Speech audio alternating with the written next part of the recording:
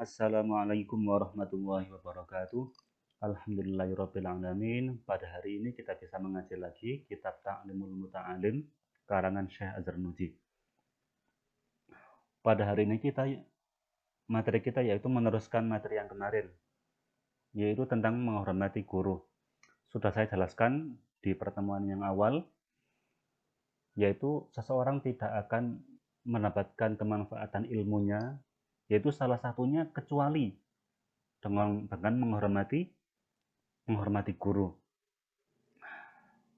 Pada minggu kemarin sudah saya jelaskan, yaitu yang termasuk menghormati guru yaitu tidak berjalan di depannya, tidak duduk di tempatnya, memulai bicara kecuali mendapatkan izin darinya, tidak banyak bicara, tidak mengajukan pertanyaan jika gurunya sedang tidak enak, tidak mengetuk-ngetuk pintunya, tetapi sabar menanti di luar hingga ia sendiri yang keluar dari rumah. Pada intinya adalah melakukan hal-hal yang membuatnya ridho atau rela, ya. Jadi lakukanlah ya, yang membuat guru kalian itu ridho atau rela atau senang, ya. Jadi gimana sih caranya guru senang, ya. Yang kedua yaitu menjauhkan sesuatu yang membuatnya marah, ya. Jadi jangan sampai membuat gurunya marah, ya. Jadi mengerjakan sesuatu atau melakukan sesuatu yang membuat gurunya marah. Yang ketiga yaitu menjunjung tinggi perintahnya. Jadi segala perintahnya dilakukan, ya. Apapun yang diperintahkan oleh gurunya dilakukan dengan catatan yang tidak bertentangan dengan agama, ya. Sebab manusia tidak boleh taat kepada makhluk dalam melakukan perbuatan maksiat kepada Allah, ya. Jadi lakukanlah perintah gurunya, lakukan semua perintah gurunya kecuali dalam melakukan perbuatan maksiat kepada Allah, ya. Seperti itu. Termasuk memuliakan guru adalah menghormati dan memuliakan anak-anak serta familinya, ya. Jadi selain kalian memuliakan guru tersebut, kalian juga harus memuliakan anak-anaknya, ya, serta familinya. Jika ada anaknya juga dihormati, ada bapaknya gurunya juga dihormati, atau istrinya gurunya juga dihormati, ya. Ada sebuah cerita, wa kana ustadzuna syekh wa kana ustadzuna Syekhul Islami Burhanuddin Sahibul Hidayah yahki anna wahidan min kubari a'immati Bukhari kana yajlisu majlisad darsi wa kana yaqumu fi qalalid darsi ahyanan wa sa'alu anhu wa yaqul inna bana ustadzi yal'abu ma'as sibyani fi sakkah wa yaji'u ahyanan ila babil masjidi fa idza ra'aituhu aqwamu lahu ta'ziman li ustadzi. Di sini guru kita Syekhul Islam Burhanuddin, pengarang kitab Al-Hidayah, pernah bercerita bahwa ada seorang imam besar di Bukhara. Pada suatu ketika sedang asiknya di tengah majelis belajar, ia sering berdiri lalu duduk kembali. Tiba-tiba berdiri, duduk kembali. Ya. Setelah ditanyai kenapa demikian, lalu jawabnya, ada seorang putra guruku yang sedang bermain-main di halaman rumah dengan teman-temannya. Bila saya melihatnya, saya pun berdiri demi menghormati guruku.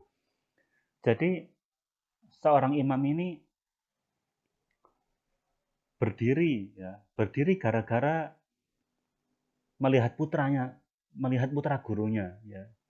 Jadi tujuannya adalah untuk menghormati gurunya sampai segitunya, ya. Sehingga beliau menjadi imam besar di Bukhara, ya. Jadi menghormati guru itu gak main-main, ya. Menghormati guru gak main-main. Kemudian ada cerita lagi yaitu Qadhi Imam Fakhruddin Al-Arsyabandi yang menjabat kepala para imam di Marwah. Jadi beliau adalah imamnya para imam, ya, pemimpinnya para pemimpin. Lagi pula sangat dihormati sultan, ya. Jadi beliau sangat dihormati oleh raja, ya. Beliau berkata, saya bisa menduduki derajat ini hanyalah berkah saya menghormati guruku. Saya menjadi tukang masak makan beliau, yaitu beliau Abi Yazid Ad-Dabusi, sedang kami tidak turut memakannya. Jadi beliau itu mendapat barokah gurunya, ya. Dia menjadi imam gara-gara apa? Menghormati gurunya, yaitu apa? Sebagai menjadi tukang masak makanan beliau. Jadi ketika beliau masih mondok, dia menjadi tukang masak gurunya, ya. Menjadi tukang masaknya gurunya, yaitu beliau Abi Yazid Ad-Dabusi, ya. Tetapi beliau gak ikut makan sama gurunya, ya. Cuma tukang masaknya aja, ya.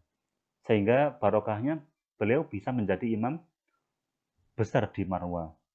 Kemudian ada cerita lagi, Syekhul Imamil Ajal Syamsul A'immah Al-Khulwani, karena suatu peristiwa yang menimpa dirinya, maka berpindah untuk beberapa lama dari Bukhara, suatu kepedesaan. Semua muridnya berziarah ke sana, kecuali satu orang saja, yaitu Syekhul Imam Al-Qadi Abu Bakar Az-Zarnuji. Setelah suatu saat bisa bertemu, beliau bertanya, ya.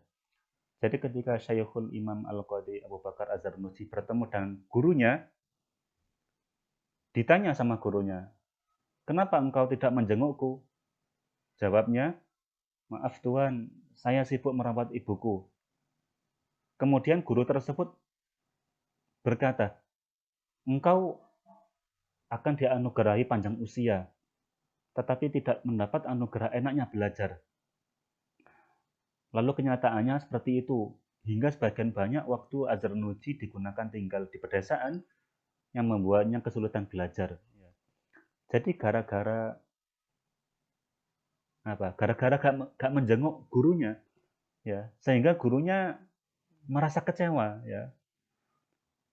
Sehingga apa? Ketika dia pulang ke pedesaan, dia pulang ke kampungnya, dia kesulitan belajar, ya.